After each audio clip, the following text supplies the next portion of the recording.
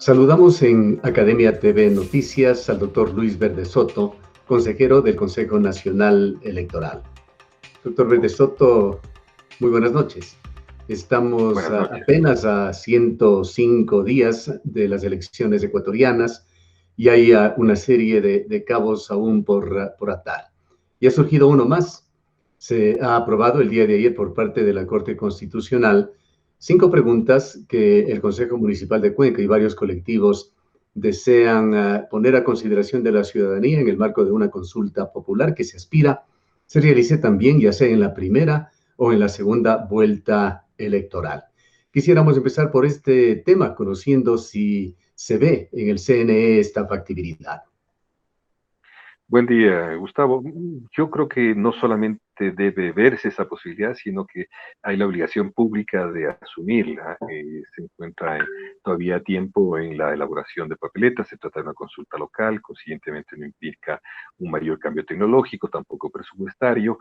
Y bueno, en la medida en que es aceptada por el Consejo, por el Tribunal Constitucional, debe procederse para lograr de que la consulta popular se haga. Y porque además es obvio de que el único momento en que podemos hacer consultas populares en esta situación de dificultad de la hacienda pública es ahora, cuando existe convocada una elección, en cualquiera de los dos momentos, la primera o la segunda vuelta. Es obvio de que de no existir segunda vuelta se dificultaría, por lo cual es preferible que todo se aglomere alrededor de la primera vuelta. La segunda vuelta es siempre una eventualidad. Y también es obvio que debamos en corto plazo de utilizar del modo más eficiente todos los recursos del país. Una consulta popular exclusiva a nivel nacional tiene un costo muy alto y lo mismo tendría una consulta también local, tendría un costo alto para las finanzas locales también. Entonces yo creo que esto se encuentra dentro de las obligaciones públicas del Consejo Nacional Electoral. Más allá de esta aspiración de la ciudad de Cuenca reflejada en la propuesta que se llevó adelante a través del Cabildo Cuencano, del municipio cuencano, con el apoyo de muchos colectivos ciudadanos, diríamos que una situación que ha causado incluso entusiasmo el día de ayer al conocer que se viabiliza la consulta, hay sectores que sin duda se oponen, como en todo tema, pero este tema de la minería es bastante delicado. Hay sectores poderosos que defienden sus intereses económicos, hay sectores que creen también que una consulta popular de esta naturaleza podría poner trabas a una necesaria recuperación económica del país, etcétera. Y por tanto, se mueven poderosas fuerzas. Hay cabildeos de muy alto calibre que realiza la industria minera, hay una política gubernamental pro minería, etcétera. Lo que se ha visto en el camino es que hay oposición por parte de poderosos sectores, entre los ya mencionados, hay otros más, que no quisieran que esta consulta popular se realice. La inquietud que tenemos es si es que esta luz verde que ha dado la Corte Constitucional a estas preguntas constituye ya una acción de carácter vinculante para el CNE o existen filtros adicionales que deben pasar estas preguntas y la consulta. Bueno, la primera cosa que debemos reconocer todos los ecuatorianos es el carácter de la Corte Constitucional al emitir un criterio. La Corte Constitucional no solamente cuando mira una decisión de este tipo y de cualquier otro, no solamente ve la constitucionalidad limitada a la pregunta, sino que ve el conjunto del contexto de las características de la convocatoria, del hecho que se produce alrededor de una pregunta y consiguientemente alrededor de eso tiene que razonar y ha razonado según mi entiendo. Yo no he visto todavía la sentencia de la Corte Constitucional, pero entiendo que es una sentencia que mire el conjunto de las circunstancias que están alrededor de la pregunta y no solamente el tenor literal de la pregunta. El hecho obvio es de que en este caso se producen disyuntivas y polémicas y discusiones que ocurren en muchos países del mundo respecto a la factibilidad de que la comunidad local pueda discutir temas que podrían ser nacionales. La pregunta es si cuál es lo que está en juego en este rato. El tema básico de lo que está en juego en este rato es una forma de vida de que se plantea la comunidad local de Cuenca respecto a la minería. aquí no está en discusión la política estatal global sobre la minería en el Ecuador. Lo que está en juego es la decisión de una comunidad local sobre cómo quiere vivir respecto al lugar donde vive, es decir, sobre el suelo. Y obviamente las connotaciones que aquello tiene sobre bienes que se encuentran en el subsuelo tiene otra, y si eso afecta en esta decisión de la comunidad local deberán subordinarse. Yo entiendo que lo que deberá discutirse, y esta es mi posición, y esto lo fue antes en la consulta anterior, es de que debe reglamentarse una consulta ambiental local. Primero porque está dentro de regulaciones internacionales, hay una decisión internacional de la OIT respecto a las consultas ambientales, y que esta también deberá ser tomada en cuenta. Mi posición frente a la anterior consulta que hubo en la provincia de La Suay, la mantengo actualmente, y esta es de que lo que debe hacer el Consejo Nacional Electoral es preservar las condiciones para que una consulta local tenga esa característica, sea de consulta local.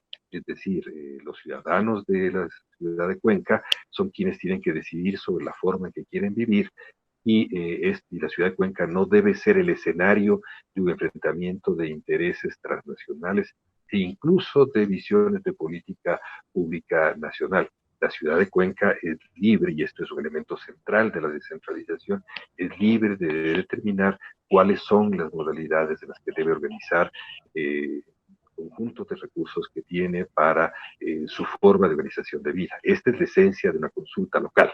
Esta es la esencia de una consulta popular local. Nuestra Constitución tiene plena facultad, faculta plenamente a las comunidades locales a que dentro de los ámbitos de competencia de cada una de las instituciones pueda darse lugar a consultas de este tipo, y que dentro de los ámbitos de su competencia la comunidad local deba pronunciarse, pueda pronunciarse ante una convocatoria.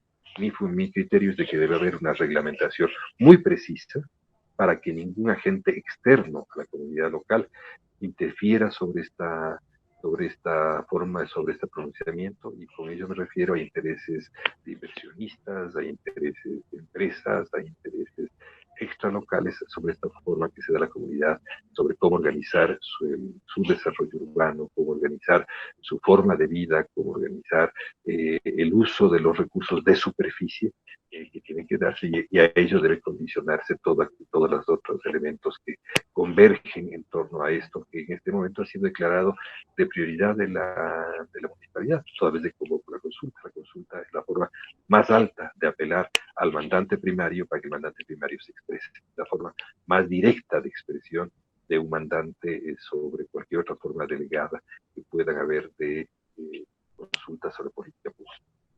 Más allá de los filtros legales, en la parte logística es totalmente factible que se integre esta consulta a las elecciones del próximo 7 de febrero.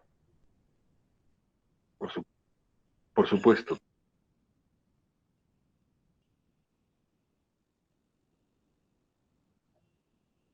Y que seguramente tendrán aceptación, porque es obvio que hay que optimizar el uso de un recurso. Una elección cuesta, como ustedes conocen, eso estaba en polémica y discusión, alrededor de $1 centenar de dólares, y mal se puede desperdiciar esta infraestructura. Esta infraestructura debe servir para todo lo que converge en una participación directa de la población, y en este caso se trata de una elección que tiene que ver con la participación directa de la población, y que utilizarse los recursos del modo más óptimo posible. Se lo hará. El Consejo Nacional Dramática. Electoral arrastra un lastre financiero, por así llamarlo, de pasadas elecciones, debe a proveedores, debe a medios de comunicación.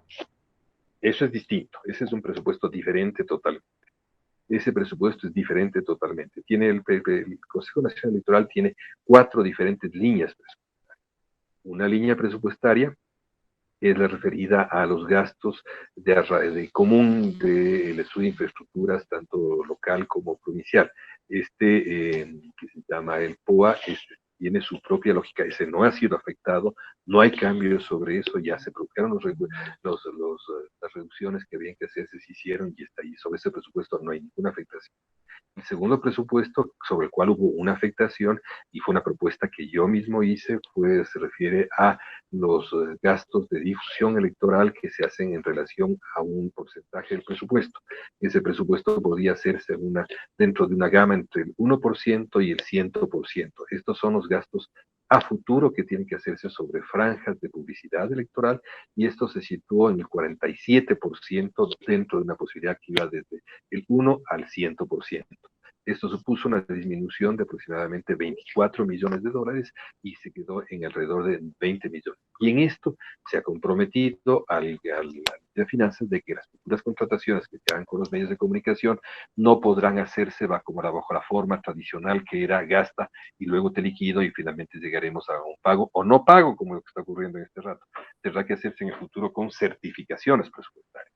Las certificaciones presupuestarias implican el compromiso público y legal de pago del Estado a cada uno de los medios que puedan y quieran contratar. Esto es también una parte de la dinámica de las candidaturas y de los medios. ¿Y qué se va a hacer con la deuda que se mantiene con los medios de la comunicación? deuda es una... Que vemos que hay discrepancias incluso en su monto. Se ha hablado de varias cifras, 24, 28 millones. Vemos que usted, doctor Verde Soto, señala que la deuda ascendería a mucho más, unos 70 millones.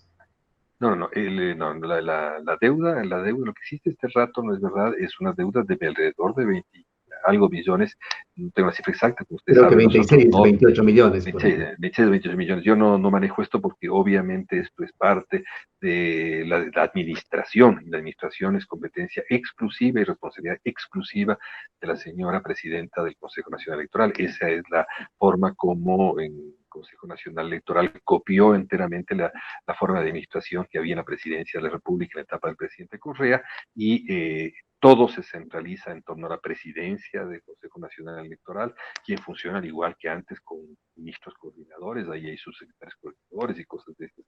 Nosotros no tenemos nada que ver en eso, somos fiscalizadores y legisladores en un cuerpo colegiado donde hay una mayoría a cargo de la presidencia del Consejo con el 60% de votos, que vota uniformemente, donde tampoco hay ningún problema de gobernabilidad. Lo que planteé yo en su momento era de que se permitiese que yo mismo me ofrecía a ello, que nosotros pudiésemos participar en una modalidad de negociación sobre la mejor forma de conseguir recursos. Yo entiendo que el Ministerio de Finanzas ya llegó a un acuerdo en el cual la deuda más significativa, la que tiene las de mayores volúmenes, serían pagados en bonos.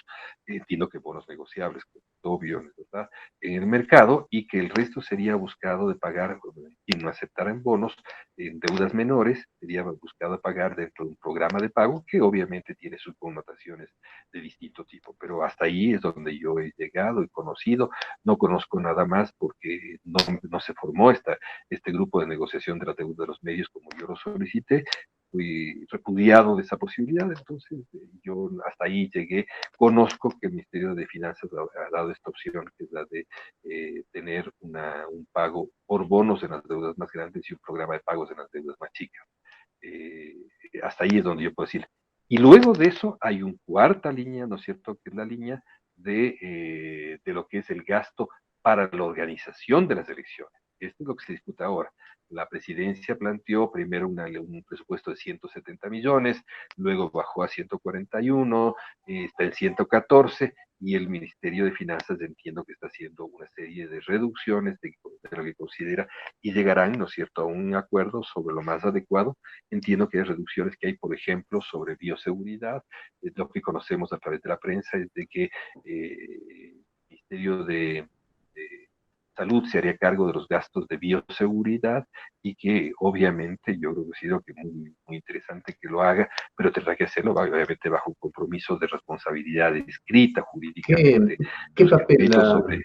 doctor Verde Soto, van a jugar los Sí, medios digitales en la próxima campaña electoral?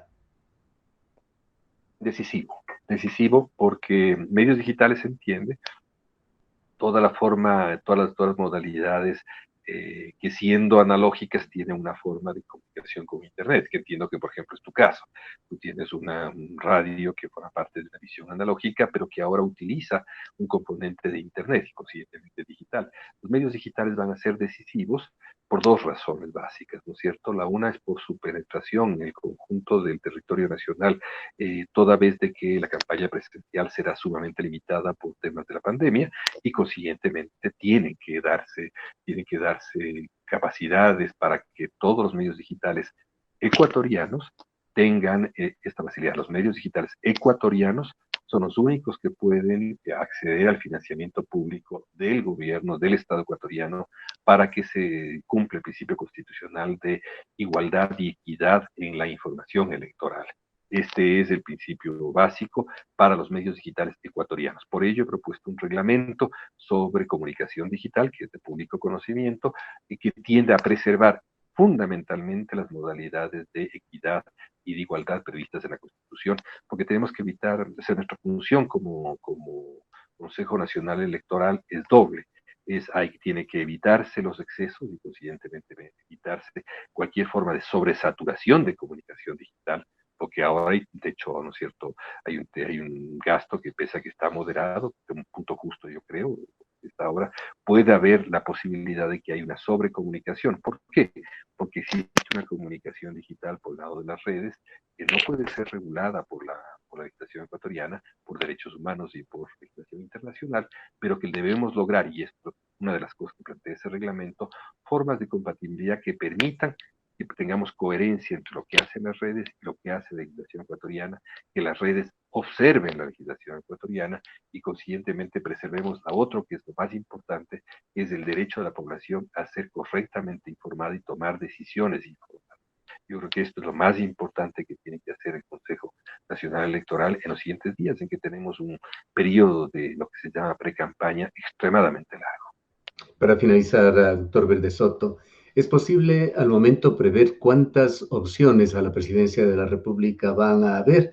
Y también, de la mano de esto, el tema de las encuestas, ¿cómo controlarlas? En el sentido de que se pueda de alguna manera bloquear el trabajo de pseudo encuestadoras que no hacen más que confundir y desinformar a la población.